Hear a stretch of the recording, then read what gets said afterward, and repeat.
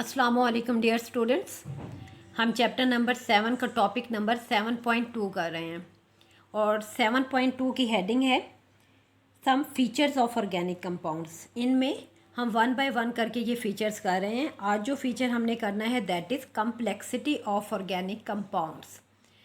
Complexity of organic compounds का मतलब ये है कि जो ऑर्गेनिक कंपाउंड्स मौजूद हैं उनमें से बहुत सारे ऑर्गेनिक कंपाउंड्स ऐसे हैं जो बहुत ज़्यादा कम्प्लेक्स है। अब ये ऑर्गेनिक कंपाउंड अगर कम्प्लेक्स हैं तो इसका मतलब क्या है? इसका मतलब ये है कि ये वाले कंपाउंड बहुत ज़्यादा लार्ज इन साइजेस में अवेलेबल हैं। इसके अलावा ये बहुत मैक्रोमॉलिक्यूल्स बहुत बड़े साइज़ में ये मौजूद होंगे। अब यहाँ पे रीज़न क्या है क्यों ऑर्गेनिक कंपाउंड्स इस तरह से कम्प्लेक्सिटी शो करते हैं? इसकी जो रीज़न है इसको हम इस तरह से डिस्कस करते हैं जैसे कि इससे पहले भी हमने डिस्कस किया कि कार्बन एटम की एबिलिटी है कि ये 4 बॉन्ड्स बनाता है। जैसे मैं अगर ब्रीफली दोबारा बताऊं तो ये कार्बन, इसके अंदर टोटल 6 इलेक्ट्रॉन्स मौजूद होते हैं। अब ये 6 इलेक्ट्रॉन जब डिस्ट्रीब्यूट होते हैं तो न्यूक्लियस में प्रोटॉन और न्यूट्रॉन, पहले मदार में 2 इलेक्ट्रॉन मौजूद हैं और फिर इसके आखिरी मदार में 4 इलेक्ट्रॉन मौजूद होते हैं।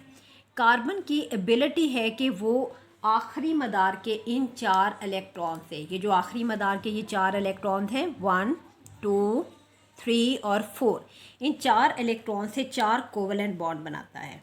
यानी carbon has the ability to make 4 bonds at one time. यानी कार्बन की एबिलिटी है कि ये 4 कोवेलेंट बॉन्ड, जो बॉन्ड्स बनेंगे वो कौन से होंगे? कोवेलेंट होंगे। Makes 4 bonds at one time. और ये इसकी एबिलिटी कि ये 4 बॉन्ड्स वन टाइम में बनाता है, this ability allows to make complex compounds। जाहिर है कार्बन के इर्द के 4 बॉन्ड्स बनेंगे। हाइड्रोजन भी बना सकता है, नाइट्रोजन, फास्फोरस, हैलोजन, सल्फर, मुख्तलिफ तरीके से यहाँ पे बॉन्ड्स बनते हैं और कम्प्लेक्स मॉलिक्यूल्स बनते हैं जिन्हें हम कहते हैं कि ये मैक्रो मॉलिक्यूल्स हैं। अब जो ऑर्गेनिक कंपाउंड्स के जो कम्प्लेक्स मॉलिक्यूल्स हैं, जब हम इन्हें कैटेगराइज करें तो जो मेन जिन्हें आप भी जानते हैं वो प्रोटीन्स हैं। ये आपने सुना होगा, ये हमारे फूड में शामिल एक ऑर्गेनिक कंपाउंड है जो कि कम्प्लेक्स होता है। दूसरे नंबर पे हम कह सकते हैं कि कार्बोहाइड्रेट्स। तीसरे नंबर पे हम कह सकते हैं कि लिपिड्स। फिर हम इसको न्यूक्लिक एसिड भी।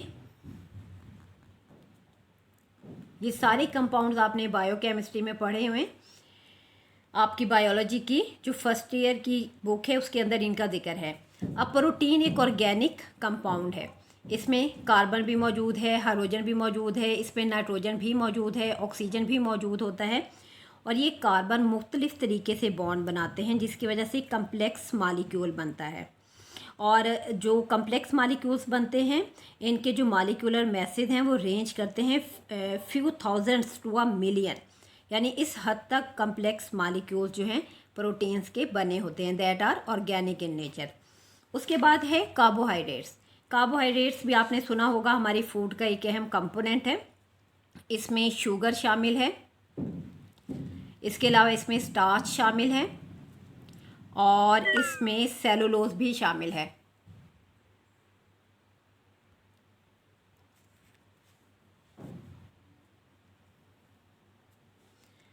अब अगर आप देखें तो ये सारे के सारे कम्प्लेक्स कंपाउंड्स हैं। इनमें से अगर हम सेलुलोज देखें तो इसका फार्मूला है C6H10O5 और यहाँ पे N लिखा हुआ होता है। इस N का मतलब होता है कोई भी नंबर और ये नंबर थाउजेंड्स में भी हो सकता है। मीन्स C6H10O5 के छोटे छोटे यूनिट्स आपस में लिंक करते हैं। लिंक करने के बाद एक बहुत बड़ा मॉलिक्यूल बना लेते हैं जिसे हम स्टार्च कहते हैं, यानी कम्प्लेक्स किस्म का एक मॉलिक्यूल बनता है। उसके बाद लिपिड्स हैं, इनमें फैट्स शामिल है, ऑयल्स शामिल हैं, ये भी ऑर्गेनिक कंपाउंड है और कम्प्लेक्स किस्म का स्ट्रक्चर रखते हैं, मैक्रो मॉलिक्यूल्स बनाते हैं। इसके बाद हम न्यूक्लिक एसिड को देखते हैं। न्यूक्लिक एसिड जैसे कि डीएनए हेरिडिटी मटेरियल है, आरएनए, ये भी कम्प्लेक्स किस्म के मॉलिक्यूल्स हैं, स्ट्रैंड्स की फॉर्म में होते हैं जो कॉइल करते हैं एक दूसरे के इर्द गिर्द, तो ये भी ऑर्गेनिक इन नेचर है। ऑर्गेनिक कंपाउंड्स कम्प्लेक्स होते हैं, ये इनका एक अहम फीचर है। इनकी कम्प्लेक्सिटी क्यों होती है, उसकी रीज़न कार्बन स्ट्रक्चर है, यानी कार्बन की ability to make 4 bonds in one time, क्योंकि ये 4 बॉन्ड्स बनाते हैं और 4 के 4 कोवेलेंट बॉन्ड्स बनते हैं, तो इन कोवेलेंट बॉन्ड्स के बनने की वजह से हम कहते हैं कि कम्प्लेक्स किस्म का अरेंजमेंट है। जैसे मैंने आपको पहले भी बताया था कि कार्बन इस तरह से चेन बनाता है, ठीक है, कार्बन इस तरह से कम्प्लेक्स स्टेट चेन के अलावा ये ब्रांच भी बनाता है। इसके अलावा कार्बन इस तरह से रिंग की फॉर्म में भी बनाता है, जैसे कि ये फ़र्ज़ करें इसे अगर हम बॉन्ड बना दें तो ये बेंजीन का स्ट्रक्चर बन जाएगा।